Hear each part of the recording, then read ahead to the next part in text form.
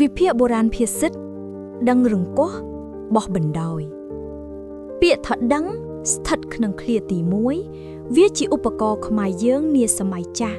វាមានដងវែងស្រដៀងចោះបន្តិចវាមានផ្លែស្រដៀងពូថៅបន្តិចគេប្រើសម្រាប់ចាំងសាច់ឈើធ្វើទូកឬធ្វើអ្វីផ្សេងទៀតរីពាក្យថាបោះស្ថិតក្នុងឃ្លាទី2មិនមែនសំដៅលើការបោះបង់ឬបោះចោលនោះទេតែសំដៅលើការវាយសំពងឲ្យចូលដំឬដាំដូចជាបោះស្នឹងគោបោះបង្គោលឡាអត្ថានុរូបយោងតាមដំណើររឿងនេះកាលណាផ្លែដាំងវារង្គោះរង្គើពីដងរបស់វាពិតហើយវាចាំងសាច់ឈើមិនបានស្អាតទេវាមិនធ្នឹកដៃអ្នកប្រទេម្ល៉េះហើយអ្នកប្រាត្រូវដំផ្លែដឹងនោះឲ្យវាស្នាប់នឹងដងវាវិញការបោះឬដំនេះមិនអាចដំបញ្ច្រាដំណើររង្គោះរបស់វាទេត្រូវបោះបណ្ដោយ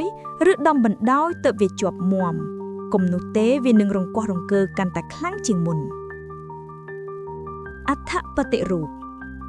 ដឹងរង្គោះប្រៀបដូចចំលោះកំពុងកាត់ក្តៅបោះបណ្ដោយប្រៀបដូចដកថយគំតនតតាំង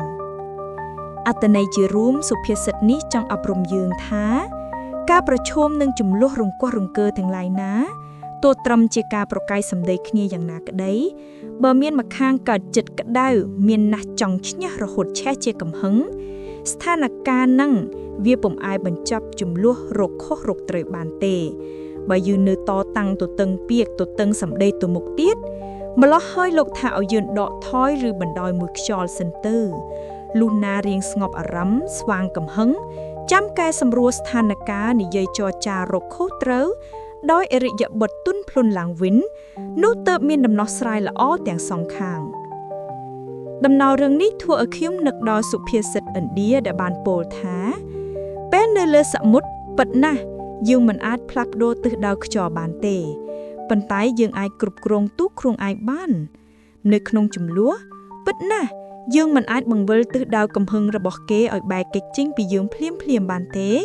ប៉ុន្តែយើងអាចរក្សាលំនឹងអារម្មណ៍របស់យើងឲ្យបានល្អក្នុងការស្រោចស្រង់ស្ថានភាពចំនួនឲ្យល្អប្រសើរដូចដើមបានមិនមែនត្រូវតែយកឈ្នះក្នុងចំនួនទៅហៅថាខ្លាំងនោះទេនៅក្នុងយុទ្ធសាស្ត្រសង្គ្រាមក៏មានការវាយលុកក៏មានការវាយទុកឬគ្រាន់តែការពារឬក៏មានការដកថយការប្រឈមនឹងចំនួនបើគ្រាន់តែរក្សាលំនឹងស្ថានភាពខ្លួនឯងកុំឲ្យឆេវឆាវឬកុំឲ្យខាតបង់ធ្ងន់ធ្ងរនោះគឺស្មើនឹងឈ្នះហើយនៅក្នុងចំនួនពាក្យសម្ដីមួយអ្នកត្រូវបានគេបំពានបើអ្នកចង់ឲ្យគេចាញ់នោះគឺអ្នកត្រូវតែចំណាយពេលច្រើនក្នុងការឆ្លក់តតាំងក្តីជំទាស់ច្បាប់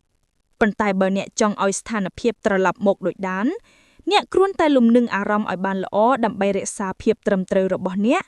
មួយពព្រិចភ្នែកអ្នកនឹងមិនខាតបង់ធ្ងន់ធ្ងរឡើយបើក្នុងដំណើរជីវិតរបស់យើងសុទ្ធតែមានជម្លោះឬបញ្ហាចូលមកបណ្ដាក់គ្នាតើយើងនឹងជ្រើសរើសវិធីវាយលុក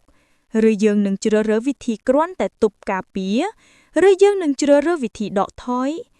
នៅពេលស្ថានភាពជាក់ស្ដែងមកដល់ពេលវេលានឹងប្រាប់អ្នកដោយខ្លួនឯងថាគួរជ្រើសរើសវិធីមួយណា